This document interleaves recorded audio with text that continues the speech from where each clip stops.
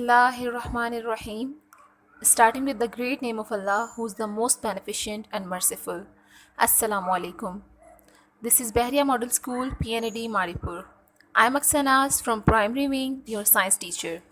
Hope you are fine and taking your online classes regularly. As we learn about pollution and its three kinds in our previous lecture.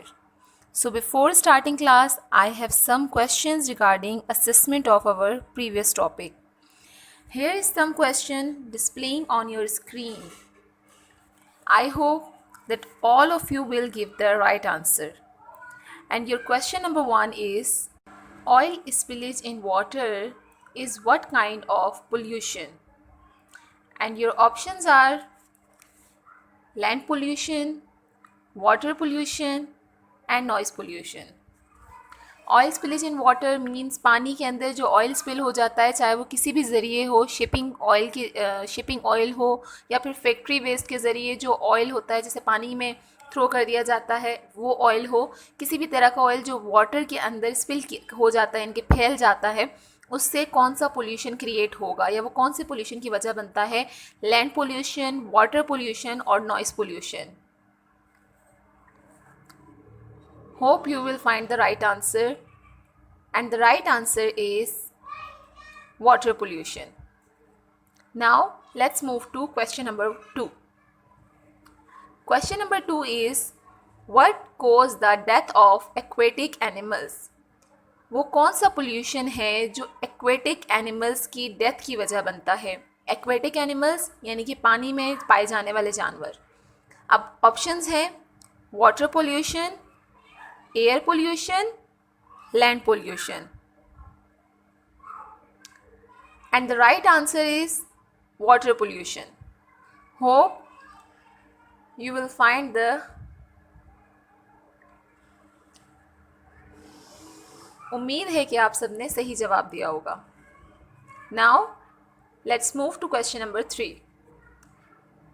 And question number 3 is, which pollution is caused by burning of fossil fuels such as cars and aeroplanes? Fossil fuels यानी कि आपके जो ईंधन हैं जैसे कि जिसमें petrol, gases, कोल वगैरह शामिल हैं, इन तमाम के जलने से, जैसे कि आप कार्स वगैरह में जिस यूज़ करते हैं, एरोप्लेन्स वगैरह में आप डीजल, पेट्रोल, गैस कोई भी चीज़ यूज़ कर रहे हैं एज अ फ्यूल, जब उनके वो बर्न होती हैं तो उससे कौन सा पोल्यूशन क्रिएट होगा? एयर पोल्यूशन, लैंड पोल्यूशन और नॉइस पोल्यूशन. उम्मीद है कि आप सब ने सही जवाब दिया होगा. And the right answer is air pollution. Fossil fuels के जलने से, चाहे वो किसी भी तरह से यूज़ हो रहे हों, कहीं भी इस्तेमाल हो रहे हों, उनके इस्तेमाल होने पर जो स्मोक रिलीज़ होता है वो एयर पोल्यूशन का बायस बनता है. तो राइट आंसर है air pollution. And now question number 4. And question number 4 is, what pollution causes hearing loss? यानी कि आपकी जो कुव्वत समात है या आपकी सुनने की जो सलाहियत है. And your question number 4 is, what pollution causes hearing loss? Hearing loss की वजह कौन सा पोल्यूशन बनता है? यानी कि आपकी कुव्वत समात का ख़त्म हो जाना या फिर सुनने से रिलेटेड अगर कोई. And your question number 4 is, what pollution causes hearing loss? वो कौन सा पोल्यूशन है जो हेयरिंग लॉस का बायस बनता है? And your options are noise pollution, water pollution and air pollution. जैसा कि हम प्रीवियस क्लास में पढ़ चुके हैं इस पोल्यूशन के बारे में, तो उम्मीद है कि आप सब ने सही जवाब दिया होगा. And the right answer is noise pollution. So it's time to start our class and let's move to start today's lecture. Today we are going to learn about remaining two kinds of pollution. As you can see on your screen, there are 5 types of pollution, and the upper 3 are we already discussed in our previous class, such as land pollution, water pollution and noise pollution. इन तीनों pollutions को हम अपनी previous class में पढ़ चुके हैं. Now I am going to explain about the remaining 2, air and visual pollution. आज की क्लास में हम जिन दो पोल्यूशंस के बारे में पढ़ने जा रहे हैं वो है एयर एंड विजुअल पोल्यूशन। इन दोनों पोल्यूशंस के कॉजेज, इफेक्ट्स और प्रिवेंटिव मेजर्स को डिस्कस किया जाएगा और इनका इंट्रोडक्शन भी दिया जाएगा। So let's start our today's class with definition of air pollution. Air pollution is the introduction of harmful material into the atmosphere causing damage to living organisms and to the environment. हवा में किसी भी किस्म की harmful materials और gases वगैरह शामिल हो जाएं जो तमाम लिविंग ऑर्गेनिजम्स यानी इंसानों के साथ साथ जानवरों और पौधों के लिए भी नुकसान का बायस बने और जिससे हमारे माहौल पर बुरा असर पड़े, उसे फ़िज़ाई आलूदगी यानी एयर पोल्यूशन कहते हैं। There are two types of air pollution: indoor air pollution and outdoor air pollution. Indoor pollution can be defined as any non-industrial indoor space where a person spends a period of an hour or more in any day. This can include the airspace in the office, classroom, motor vehicles, shopping center, hospital and home. Indoor का मतलब अंदरूनी हिस्सा। Indoor से मुराद आप अपने घर का अंदरूनी हिस्सा भी ले सकते हैं, लेकिन यहाँ पर इंडोर वाइडर सेंस में यूज़ हुआ है। सो इंडोर एयर से मुराद ऐसी आलूदगी जो आपके घर में, school, college, hospital, shopping centre वगैरह जैसी हर वो जगह जो बंद और एक बिल्डिंग की सूरत में हो, वहाँ की हवा में मौजूद ऐसे पार्टिकल्स और केमिकल गैसेस का मौजूद होना जो तमाम लिविंग ऑर्गेनिजम्स के लिए हार्मफुल हो, उसे इंडोर एयर पोल्यूशन कहा जाएगा। Now outdoor pollution can be defined as presence of one और more chemical in the atmosphere in sufficient quantities and duration to cause harms to humans or other living organisms. Outdoor air pollution से मुराद हमारे माहौल में एक या उससे ज़्यादा chemical gases का शामिल हो जाना आउटडोर एयर पोल्यूशन कहलाता है। यानी कि हवा में मौजूद ऐसे पार्टिकल्स जो किसी भी जानदार के लिए नुकसानदेह साबित हों, उसे आउटडोर एयर पोल्यूशन कहेंगे। आउटडोर एयर पोल्यूशन की डेफिनेशन आप सेम वैसे भी ले सकते हैं जैसे हमने सिंपल एयर पोल्यूशन की डेफिनेशन डिफ़ाइन की थी। But indoor air pollution is often worse. It can be up to 10 times worse for you than air outside. Indoor air pollution किसी भी लिविंग ऑर्गेनिजम्स के लिए आउटडोर एयर पोल्यूशन से ज़्यादा नुकसानदेह साबित हो सकता है, क्योंकि इंडोर से मुराद वो जगह और वो मकामात हैं जहाँ आप अपना ज़्यादा से ज़्यादा वक्त गुजारते हैं, जैसे कि आपके होम्स, फैक्ट्रीज, ऑफिसेज जहाँ आप काम करते हैं, स्कूल्स, हॉस्पिटल्स, शॉपिंग सेंटर। तो ऐसी जगह जहाँ पर आपकी हवा पोल्यूटेड हो, आपकी एयर पोल्यूटेड हो, ऐसी जगह पर आप जब ज़्यादा देर सांस लेंगे तो डेफिनेटली वो आप पर ज़्यादा इफ़ेक्ट करेगी बनिस्बत आउटडोर एयर पोल्यूशन के, जहाँ पर आपका वक्त कम से कम गुजरता है। Now let's discuss the causes of air pollution. Causes of outdoor air pollution. The first one cause is industrial smoke, यानी कि आपकी इंडस्ट्री से खारिज होने वाला जो धुआं है, जो स्मोक है, वो इंडस्ट्रियल पोल्यूशन की सबसे बड़ी वजह है। स्मोक रिलीज़ फ्रॉम व्हीकल्स, जो हमारे अर्बन एरियाज़ हैं, जो शहरी इलाके हैं, जैसे कि कराची है जो पाकिस्तान का सबसे बड़ा शहर है, यहाँ पर सबसे बड़ा इशू और एयर पोल्यूशन की एक बहुत बड़ी वजह है हैवी ट्रैफिक, व्हीकल्स का ज़्यादा इस्तेमाल। तो इस व्हीकल्स के ज़रिए जो स्मोक रिलीज़ हो रहा होता है वो भी एयर पोल्यूशन की सबसे बड़ी कॉज है, सबसे बड़ी वजह है। Number 3 is burning of fuel किसी भी किस्म का हो, चाहे वो कोल हो, चाहे वो पेट्रोल हो, चाहे वो गैस की सूरत में हो, सीएनजी हो, किसी भी किस्म का फ्यूल जो आप गाड़ियों में इस्तेमाल कर रहे हैं, अपनी फैक्ट्रीज़ में यूज़ कर रहे हैं, उसके बर्न होने से जो स्मोक रिलीज़ होगा वो डेफिनेटली एयर पोल्यूशन का बायस बनता है। सो ये एक बहुत बड़ी वजह है। Coal fired in electricity plants, जैसे कि हमें पता है कि इलेक्ट्रिसिटी प्रोड्यूस करने के लिए कोल यूज़ किया जाता है, यानी कि कोयले को इस्तेमाल किया जाता है इलेक्ट्रिसिटी प्लांट्स में इलेक्ट्रिसिटी जनरेट करने के लिए। So in that case electricity plant से भी जो स्मोक रिलीज़ होगा इस कोल को बर्न करने की सूरत में, वो भी एयर पोल्यूशन का बायस बनता है। And the fifth one is burning of garbage and so on.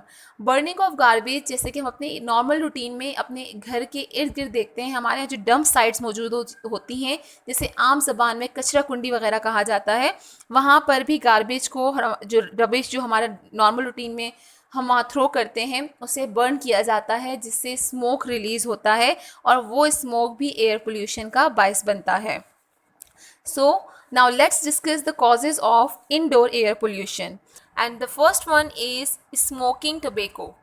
घरों में जो स्मोकिंग की जाती है, आपने देखा होगा कि उस स्मोकिंग से जो धुआं निकल रहा होता है उसमें आपको सांस लेने में और बहुत मुश्किल होती है और दुश्वारी महसूस होती है। इस तरह ये सबसे बड़ी वजह है इंडोर एयर पोल्यूशन की।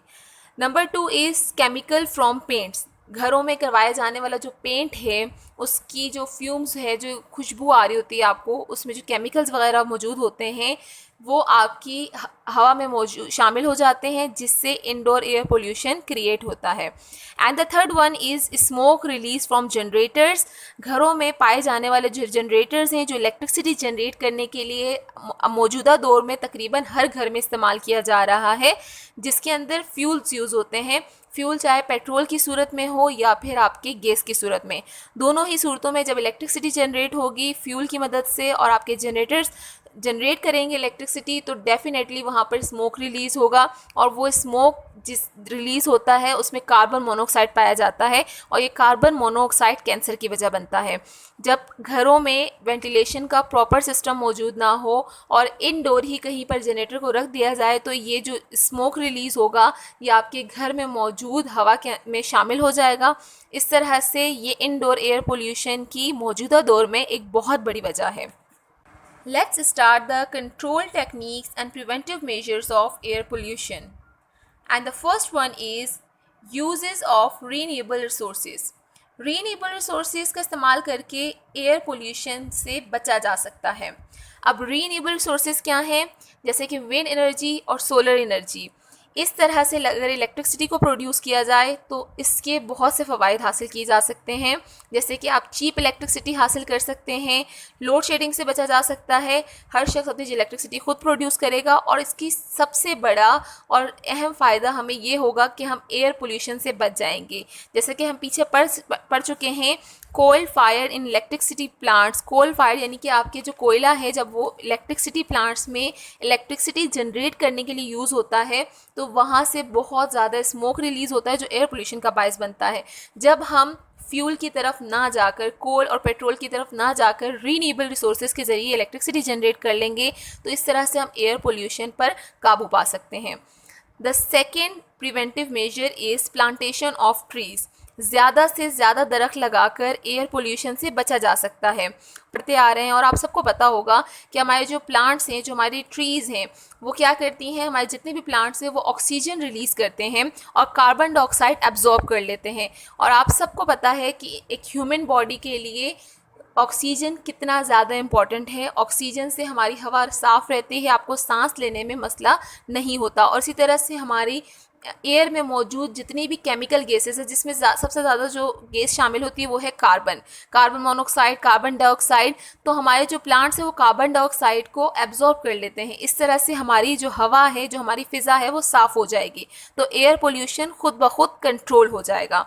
तो ये सबसे बड़ी कंट्रोल टेक्निक है जिस पर अमल करके हम एयर पोल्यूशन को ख़त्म कर सकते हैं।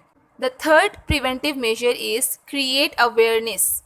आगाही फैलाकर लोगों को अवेयर करके कि किस तरह से आप एयर पोल्यूशन पर काबू पा सकते हैं, लोगों के दरमियान अवेयरनेस क्रिएट करके इस एयर पोल्यूशन से बचा जा सकता है। Fourth one is restriction on those vehicles that release excessive smoke. ऐसी तमाम गाड़ियों पर रिस्ट्रिक्शन लगा दी जाए, पाबंदी लगा दी जाए जो कि ज़्यादा स्मोक रिलीज़ करती हैं, ताकि जब वो स्मोक रिलीज़ करने वाली गाड़ियों पर पाबंदी लग जाएगी तो डेफिनेटली एयर पोल्यूशन में भी कमी आएगी। Lace use of motor vehicles, और मोटर व्हीकल्स का कम से कम इस्तेमाल करके, मोटर व्हीकल्स का इस्तेमाल इस तरह कम किया जा सकता है कि वो डिस्टेंस यानी कि वो वॉकिंग डिस्टेंस जिन पर आप पैदल चल के जा सकते हैं उनके लिए आप अपने व्हीकल्स का इस्तेमाल ना करें। इससे आपकी हेल्थ भी अच्छी होगी और एयर पोल्यूशन पर भी हम कंट्रोल कर सकते हैं, एयर पोल्यूशन को भी कंट्रोल कर सकते हैं. Let's start the visual pollution. Visual pollution is the presence of large objects on the landscapes. They may not physically harmful, but they can reduce the enjoyment of an environment. Visual pollution से मुराद आपके area, आपके इलाके, किसी भी environment में मौजूद वो तमाम चीज़ें हैं जो कि किसी भी जगह की खूबसूरती को, उस जगह के विजन को ख़राब कर दें, उसे विजुअल पोल्यूशन कहा जाता है. The main causes of visual pollutions are power lines and poles, advertising, billboards, abandoned and dirty buildings. ये वो तमाम कॉजेज़ हैं जो कि एयर पोल्यूशन का बायस बनते हैं, जो कि किसी भी लिविंग ऑर्गेनिज्म को फिज़िकली हार्म नहीं करते, बट उस जगह की खूबसूरती और इन्जॉयमेंट को ख़त्म कर देते हैं. लिहाजा ये वो कॉजेज़ हैं जो विजुअल पोल्यूशन का बायस बनते हैं. Let's move to the preventive measures of visual pollution. The number one control technique is government should make some rules and charge fine to those who is unofficially used advertising billboards in street. Government को ऐसे तमाम अफराद और इदारों पर fine charge करनी चाहिए और उनके लिए कुछ रूल्स बनाने चाहिए जो कि अनऑफिशियली एडवर्टाइजिंग बिल बोर्ड्स को इस्तेमाल करते हैं. And who destroy the beauty of area by writing advertising contents on wall. और ऐसे तमाम अफराद और इदारे जो कि एडवर्टाइजिंग कंटेंट्स को दीवारों पर लिखकर किसी भी जगह की खूबसूरती को तबाह करते हैं या डिस्ट्रॉय कर देते हैं, ऐसे तमाम इदारों और अफराद पर भी पाबंदी आयद की जाए, उनके लिए रूल्स बनाए जाए और इन रूल्स पर अमल ना करने की सूरत में उन पर फ़ाइन चार्ज की जाए. ये थे कुछ प्रिवेंटिव मेजर्स जिन पर अमल करके विजुअल पोल्यूशन पर काबू पाया जा सकता है. In today's class we discuss about the air and visual pollution and their causes, effects and the control techniques. It's time for homework assignment, and your today's homework assignment is to complete the graphic organizer given on your handouts that is also displaying on your screen. It's time to wind up the class. Hope that you have understood the topic and the whole lecture. Inshallah, we will discuss our next topic in next video. Till then, complete your assignments. Take care of yourselves and your families. Stay home, stay safe. Assalamu alaikum.